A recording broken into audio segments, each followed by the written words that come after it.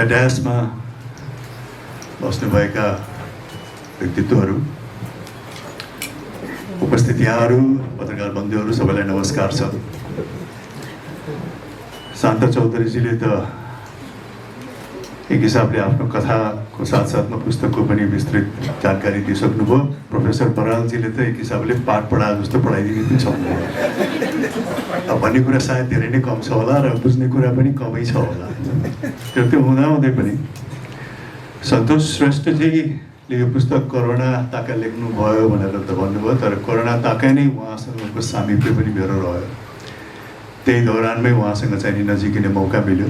अझ भन्ने हो भने उहाँलाई सङ्गीतकारको रूपमा चाहिँ उहाँ मसँग परिचित हुनुभयो र म पहिलोचोटि एउटा आफ्नै स्वरमा गाउने दुस्साहस उहाँकै सङ्गीतमा गरेँ।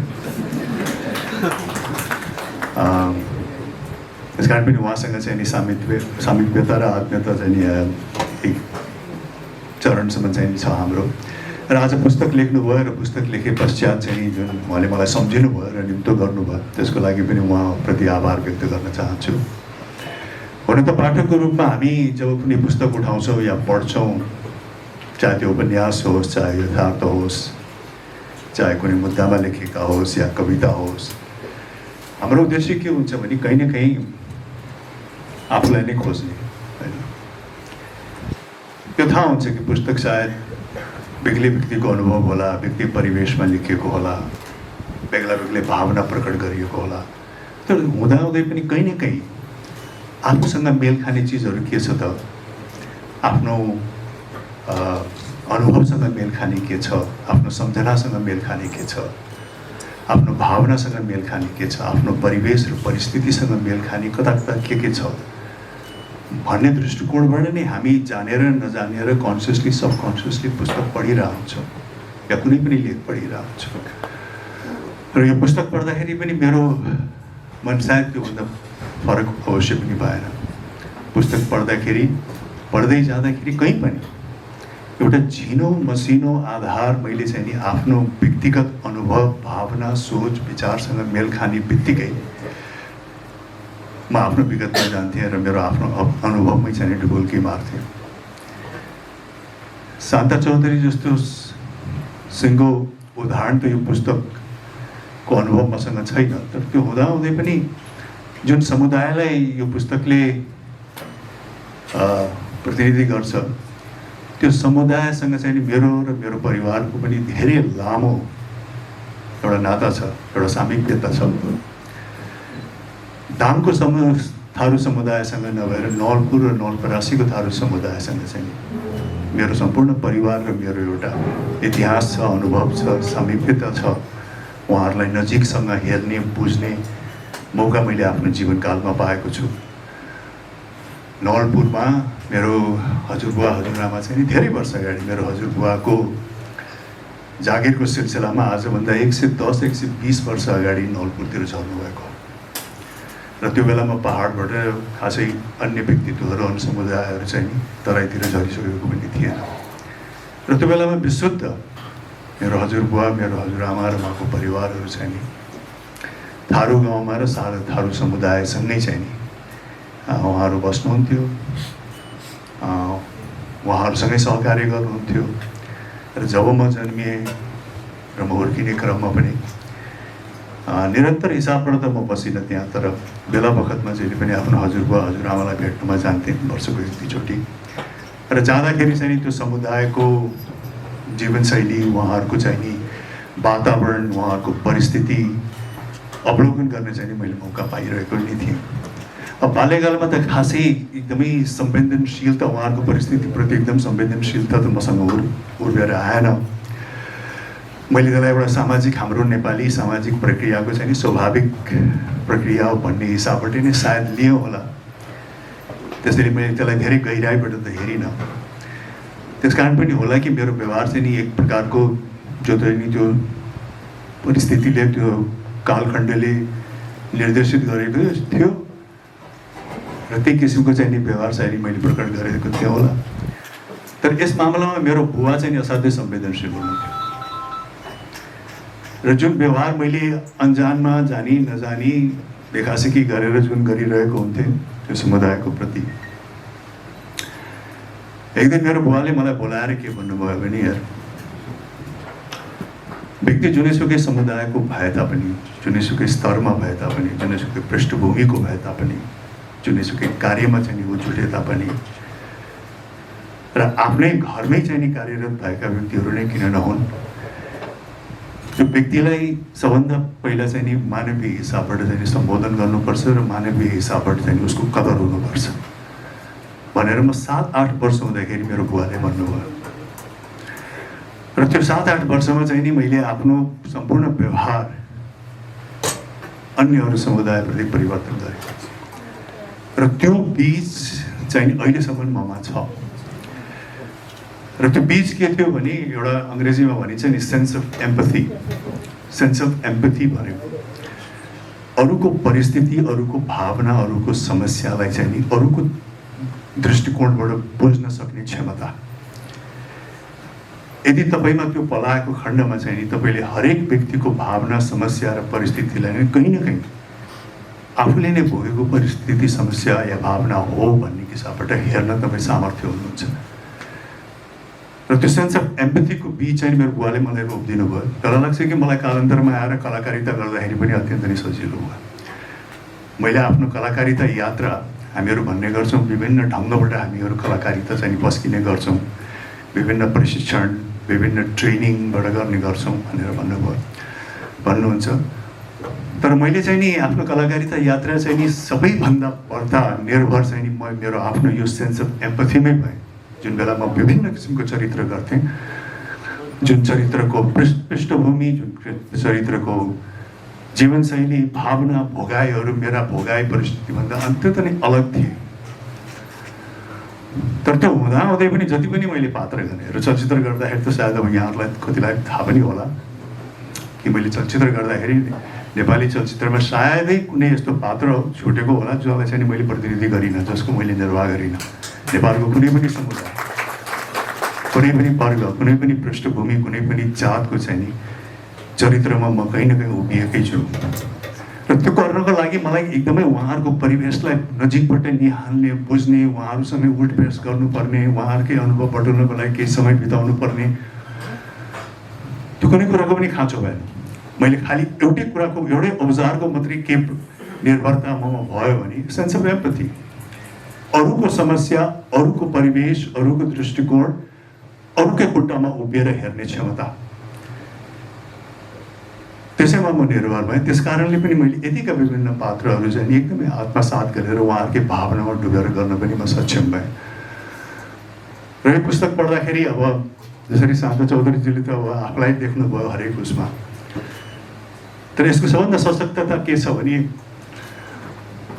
जुन सेन्ट्रल क्यारेक्टर छ फरैना, यदि यो पुस्तकमा डुबेर हेर्ने हो भने र जसरी लेखकले चाहिँ नि यसलाई बयान गरेको छ, वर्णन गरेको छ र तपाईँमा त्यो सेन्स अफ एम्पथी छ भने हर कोहीले त्यो समुदायमा र विशेष गरिकन त्यो पात्रमा गुज्रिरहेको भावना, त्यसमा भएका परिस्थितिहरू, भएका अमानवीय व्यवहारहरू जो परम्परासँग गाँसिएका छन्, जो संस्कृतिसँग गाँसिएका छन्, जो विसङ्गति विकृतिसँग गाँसिएका छन्, त्यो सबैमा चाहिँ नि कहीँ न कहीँ अन्याय भइरहेको छ, न्याय भइरहेको छैन। र मानवीय दृष्टिकोणबाट चाहिँ नि यसमा हामी सबै चाहिँ नि हिस्सेदार छौँ र यो समस्यालाई समाधान गर्नको लागि खालि त्यो समुदायको मात्रै भूमिका रहँदैन। त्यो समस्यालाई समाधान गर्नको लागि हरेक मानव जातिको चाहिँ नि भूमिका रहनुपर्ने हुन्छ। तब मात्र त्यो समस्या चाहिँ नि समाधान हुन सक्छ भन्ने चाहिँ नि कहीँ न कहीँ त्यो भावना चाहिँ नि उजागर गरेको हुन्छ। किनकि अहिले अब राजनीतिको कुरा पनि आयो, प्रतिनिधि पात्रमा को राष्ट्रपति हुने, प्रधानमन्त्री हुने या त्यसरी भयो भने चाहिँ सामाजिक परिस्थिति सुल्झला कि अवश्य पनि त्यसले कुनै काम गर्दैन भन्ने त अवश्य पनि होइन। है प्रोफेसर बराजीले पनि भन्नुभयो, फरैना जब राष्ट्रपति भए त थारू समुदायमा चाहिँ हर्ष उल्लास भयो। त्यसले फरक नै पार्दैन भनेर त भन्न मिल्दैन। त्यो समुदायमा हर्ष उल्लास अलिक बढी किन देखिन्छ भने सायद कि उहाँहरूले आफ्नो विगतलाई सम्झिनुहुन्छ र उहाँहरूको विगतले के जनाउँथ्यो कि हामीहरू मध्ये कोही त्यो स्थानमा पुग्न चाहिँ नि असम्भवै छ। त्यसको कल्पना पनि गर्नुहुन्न थियो, त्यसको सोच पनि उहाँहरूमा आउँदैन थियो। जब कोही त्यही समुदायबाट त्यो उच्च स्थानमा पुगेको देख्नुहुन्छ, उहाँहरूको भावना चाहिँ नि अर्कै किसिमले प्रकट हुन्छ। अरूमा पनि एउटा मानवीय दृष्टिकोणबाट अरू सबैमा पनि हर्ष त आउनुपर्ने हुन्छ, तर त्यो समुदायलाई विशेष किन लाग्न सक्छ भने उहाँहरूलाई चाहिँ के लाग्छ भने यो असम्भव कुरा पनि सम्भव भयो।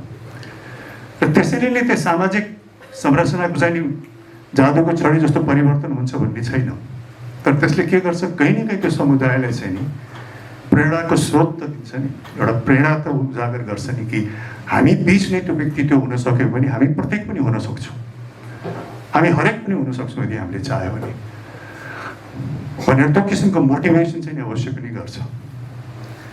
अमेरिकामा पनि काला जाति चाहिँ राष्ट्रपति हुँदाखेरि सबैभन्दा बढ्ता हर्ष उल्लास र आँसु चाहिँ कसको आयो, काला जातिका, किनकि उहाँहरू विगतमा फर्किनु भयो।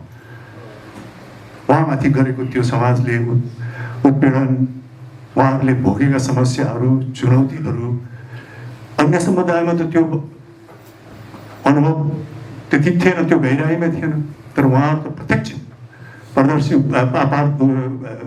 अवलोकन गरिरहनु भएको थियो। त्यसले उहाँहरूका भावना चाहिँ अझ बढी आउन सक्यो। चाहिँ त्यसले त काम गर्छ, तर त्यो हुँदैमा पनि फेरि एकदमै समाज चाहिँ परिवर्तन भइहाल्छ भन्ने पनि होइन। समाज परिवर्तन हुनको लागि चाहिँ प्रत्येक व्यक्ति नै परिवर्तन हुन जरुरी हुन्छ।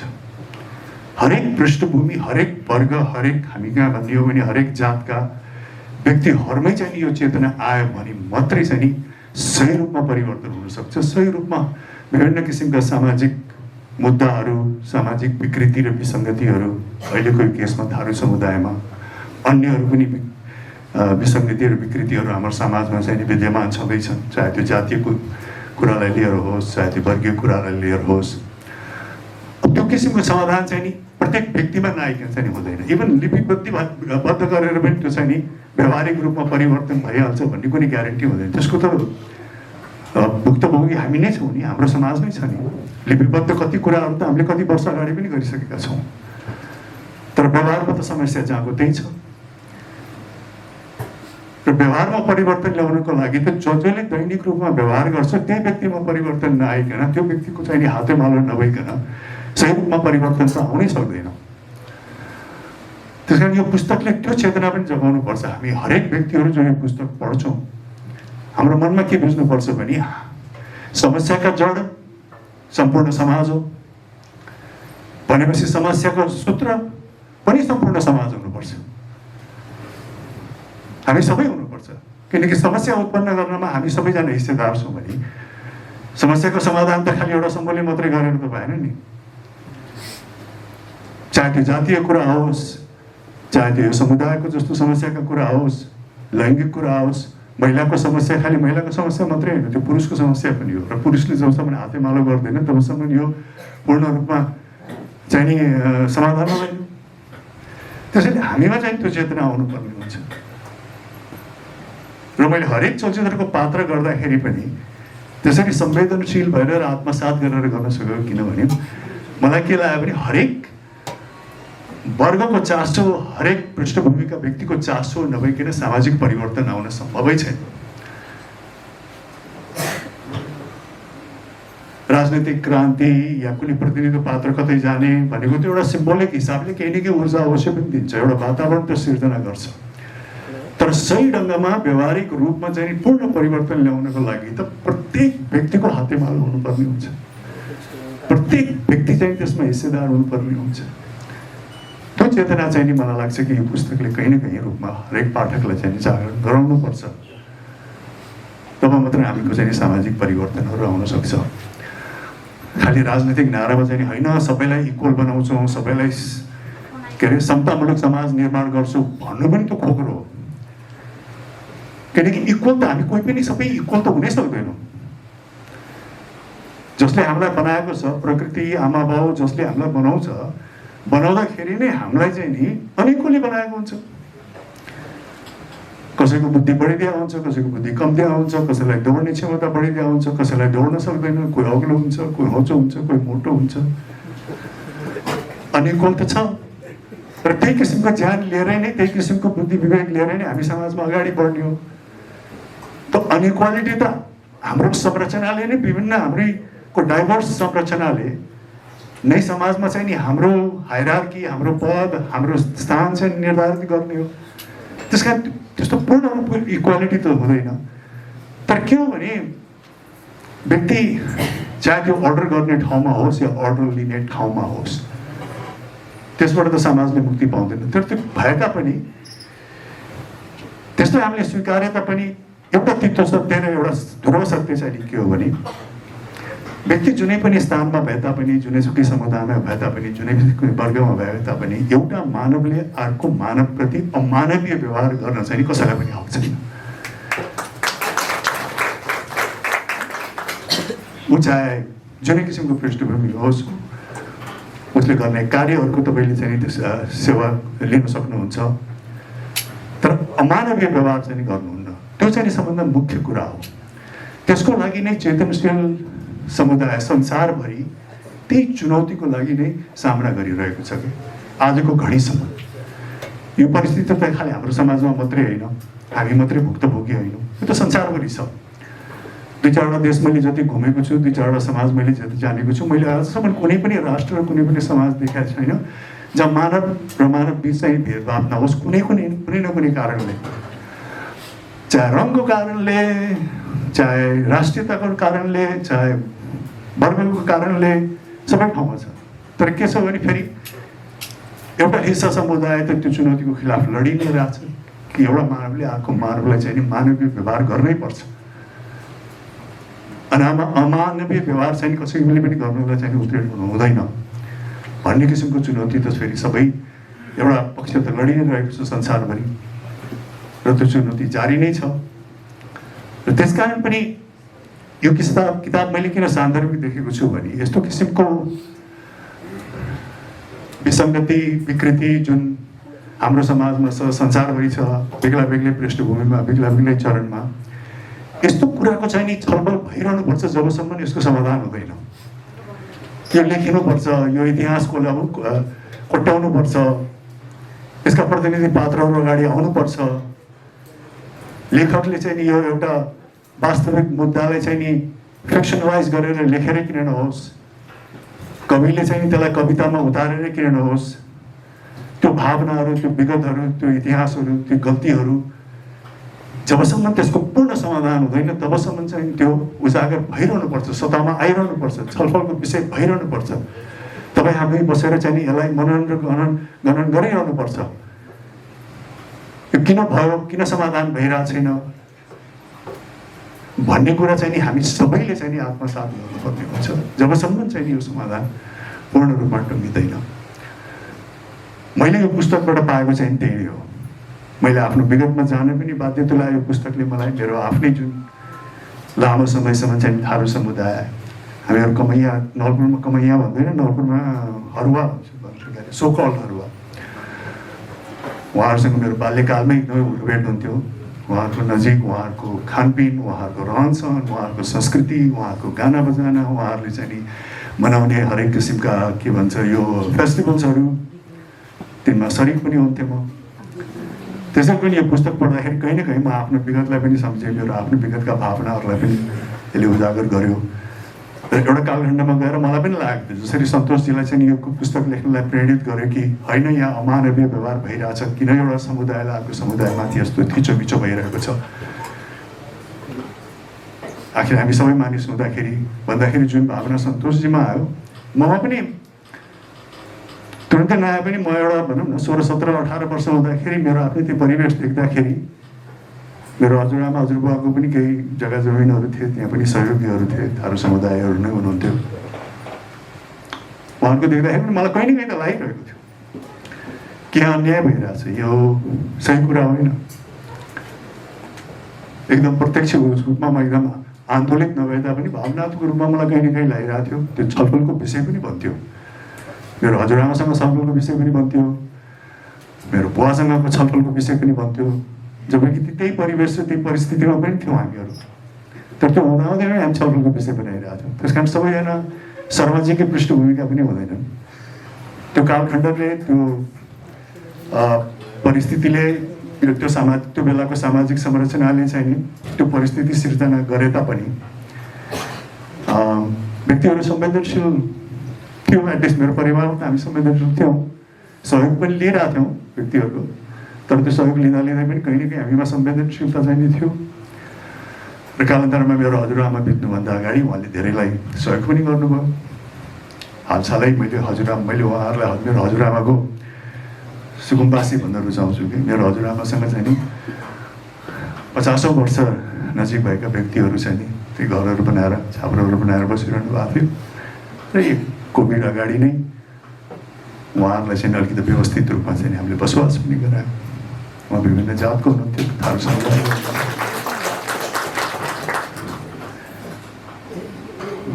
उहाँकै जग्गा जमिनमा, तर उहाँ त बितिसक्नु भएको थियो।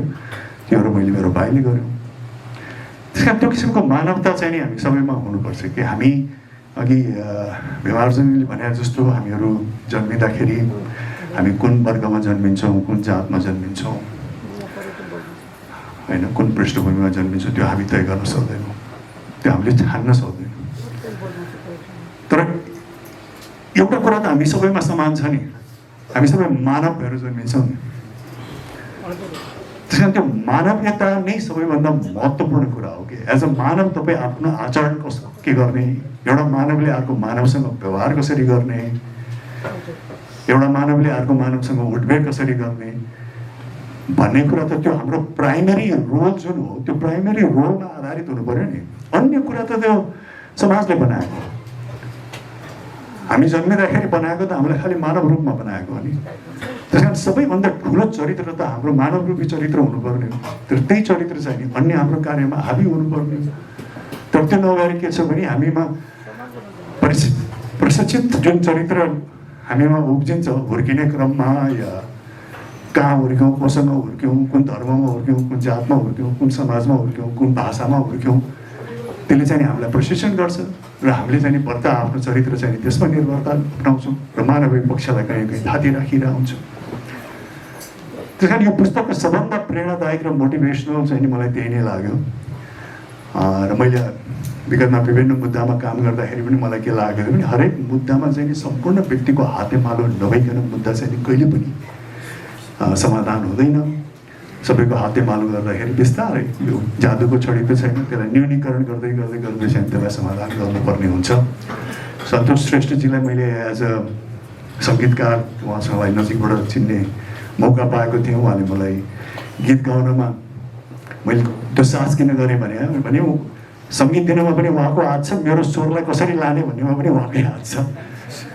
त्यस कारण उहाँकै निर्देशनमा र उहाँकै चाहिँ छत्रछायामा चाहिँ मैले गाउने दुस्साहस गरेँ र गाएँ पनि। र हामीले गाउँदाखेरि पनि त्यही नै हाम्रोमा छाइरह्यो कि आम नेपाली व्यक्तिको भावनालाई चाहिँ झल्किने किसिमको गीत कसरी बनाउने र त्यही परिवेशमा गएर यसरी हामी त्यो चलचित्र छायाङ्कन गरौँ जहाँ चाहिँ आम नेपालीले चाहिँ कहीँ न कहीँ आफ्नो भावनासँग, आफ्नो जीवनशैलीसँग, आफ्नो विचारसँग, आफ्नो भोगाइसँग मेल खाओस् भनेर चाहिँ नि। अनि उहाँले चाहिँ नि गीत तयार बनाएर लिएर आउनुभयो। यता घमाइलो उता घमाइलो, म त हजुर गाउँले ठिटो, गाउँमै रमाइलो। त्यसको लागि उहाँलाई धेरै धन्यवाद दिन्छु। र यो पुस्तक पढ्दाखेरि पनि आनन्द आयो। सन्तोषजी, अघि प्रोफेसर बरालजीले पनि भन्नुभयो सन्तोषजीको आफ्नै एउटा विशेष चरित्र छ, सधैँ शालीन हुनुहुन्छ र त्यो चाहिँ पुस्तकमा झल्केको पनि छ। र जुन हिसाबले चाहिँ उहाँलाई पुस्तकलाई अगाडि बढाउनु भएको छ, प्रकृतिको पनि साथ दिनुभएको छ, प्रकृतिको चाहिँ उतार चढाव, प्रकृतिमा भएका चाहिँ परिवर्तनहरू चाहिँ मानवीय भावनाका उतार चढाव, मानिसको सोचमा आउने परिवर्तनसँग पनि दाँच्नु भएको छ। त्यस हिसाबमा चाहिँ सम्पूर्ण परिवेशलाई नै उहाँले चाहिँ आफ्नो पुस्तकमा पात्र बनाउनु भएको छ। खालि व्यक्तिहरूलाई मात्रै नभएर प्रकृतिलाई, चराचुरुङ्गीलाई, सबैलाई चाहिँ उहाँले बनाउनु भएको छ। र त्यो चाहिँ पुस्तकको एउटा रोचकता हो। सन्तोषजी, तपाईँलाई